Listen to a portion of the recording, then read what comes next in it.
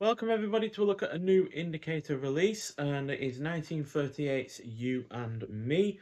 So this is directed by Fritz Lang, who I've seen 14 other films from so far. Favourites of his being the likes of The Big Heat, Scarlet Street, Hangmen Also Die, and Cloak and Dagger. So this is a crime, drama, comedy and romance film that clocks in at 94 minutes long. Stars the likes of Sylvia Sidney, who was in the likes of Fury, Dead End, Sabotage, but later in her life, she was also in the likes of Beetlejuice and Mars Attacks. And it also stars George Raft, who was in the 1932 film of Scarface, as well as Each Dawn I Die and They Drive By Night. So when ex-convict Joe gets a job in a department store, he falls in love with his co-worker Helen. And even though the rules of their employment apparently forbid it, the two secretly are married. However, when he discovers that Helen has been hiding the fact that she is also an ex-con, Joe becomes enraged and decides to rob the store, putting their relationship in jeopardy. So it isn't often that a film that has such a mix of genres, especially in such a short running time, it's not even 100 minutes, works, but this is thankfully one of those that does, and then some. The two leads are excellent, especially when together. The supporting cast is good. There is one wildly inventive scene that I absolutely adored, sticks out like a sore thumb to the rest of the film, which is reasonably well executed in a lot of ways, but that scene, yeah, just really, really sticks out. Feels like a bit of a theatre production kind of thing, but it's not a musical bit or anything like that, but it does, yeah, generally stick out in terms of the way it's executed, in terms of the way the characters are interacting, in terms of the cinematography, editing, lighting. It's just all really, really well done. It is also well paced. The cinematography is on point, especially since there are parts that look familiar to the film noir efforts of the next decade. It is generally engrossing, and despite a few obvious plot points, it never ceases to be entertaining. So, yeah, overall, a really, really glorious release, to be honest. Not just in terms of the presentation, which, as per usual from Indicator, is really, really good, but the film itself is just overall generally excellent. 4 out of 5 from me. So yeah, this is one of 4 films that Indicator released last month. I think they released them all on the 23rd of September. So yeah, last week or so of that month. But I've bought this and 2 of the other ones. I'm not interested in the other one purely because that is a musical, and yeah, I'm on the whole not fond of such a genre. But this one I definitely am fond of, and the other 2 I'm really looking forward to seeing as well. So there's the disc. And we've got reversible sleeve artwork as well, which is generally the same as what we've got here. It's just slightly different in terms of how the cast is shown and the names and stuff. So not a massive difference there, but that's no issue at all. And then we get a booklet as well with a shot from the film and what looks like behind the scenes shot as well. So in the booklet, you get your usual cast and your crew. And then we get Strangeness, Division, and Confusion by Ferran Smith name from 2024. Which is a fairly solid write-up there.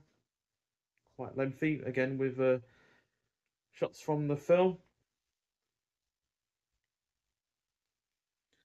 And we also get Fritz Lang on You and Me. So Peter Bogdanovich, another director we've talked about before, spoke to Fritz Lang about his Hollywood career for the 1967 volume Fritz Lang in America. So yeah, it's just a interview there, which is no doubt pretty good as well. And then we also get Norman Krasner on You and Me from 1986.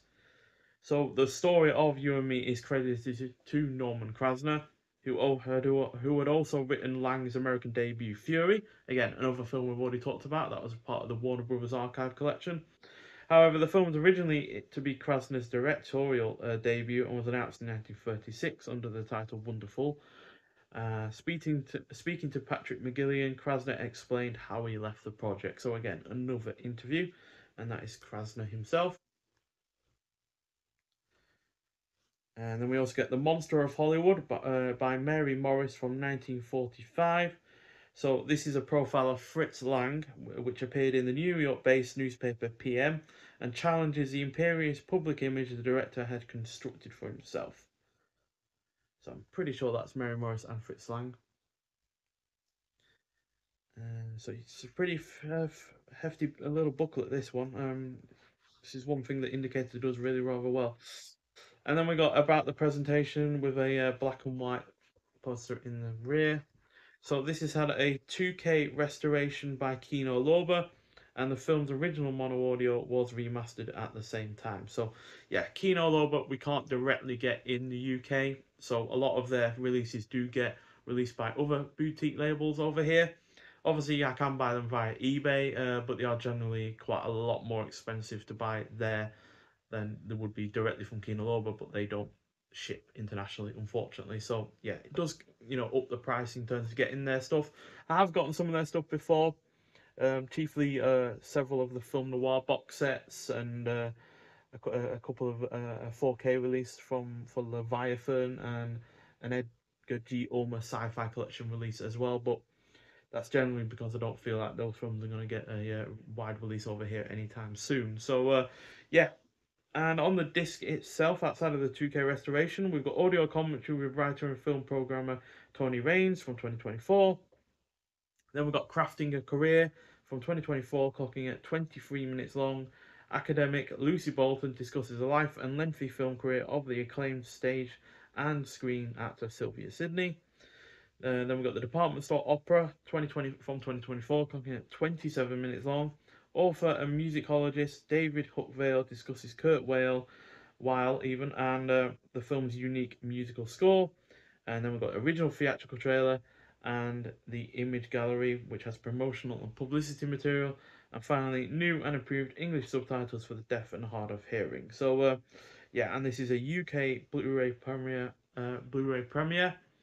Obviously, it's not a worldwide premiere because it's already been released by Kino Lorber in the USA, and this is limited edition. Is limited to 3,000 copies for the UK as well. So, yeah, I really enjoyed this film. Like I said, it's got its issues. A few plot points are obvious, and maybe the wide range of genres can get a little bit, tonally inconsistent. But overall, loved it, especially thanks to the lead cast, and also because of that one scene that sticks out like a sore thumb that is just genuinely excellent. So, yeah, get out there and see it if you haven't already. But thank you for watching, and yeah, if you have seen this, I'd like to hear your thoughts on it, and I'll see you in the next one. Bye.